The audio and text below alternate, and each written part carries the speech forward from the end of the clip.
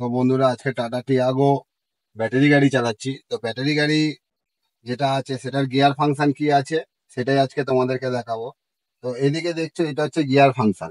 এই যে এটা হচ্ছে গিয়ার ফাংশন। আর মানে হচ্ছে ব্যাক গিয়ার, এন মানে হচ্ছে নিউট্রাল, আর ডি মানে হচ্ছে ড্রাইভ। আর এখানে প্লাস আছে, যেটা এর আগের ভিডিওতে দেখিয়েছিলাম, যে গাড়ি 100-এর ওপরে স্পিডে চালালে তখন এই প্লাসে দিতে হয়। প্লাস মাইনাস এখানেই আছে।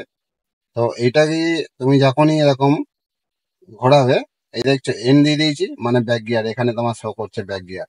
এই হয়ে গেল, ব্যাক গিয়ার হয়ে গেল। এবার যদি তুমি আগে যাবে, তখন এই যে এইভাবে একবার ঘোরাবে, আবার নিউট্রাল হয়ে গেছে এন, আবার ডি তে দেবে যখনই, তখনই হচ্ছে আগে যাওয়ার জন্য ডি। এখানে তোমাকে ডি শো করে দিয়েছে ডিসপ্লেতে, যে তোমাকে ডি শো করে দিয়েছে যে আগে যাওয়ার জন্য।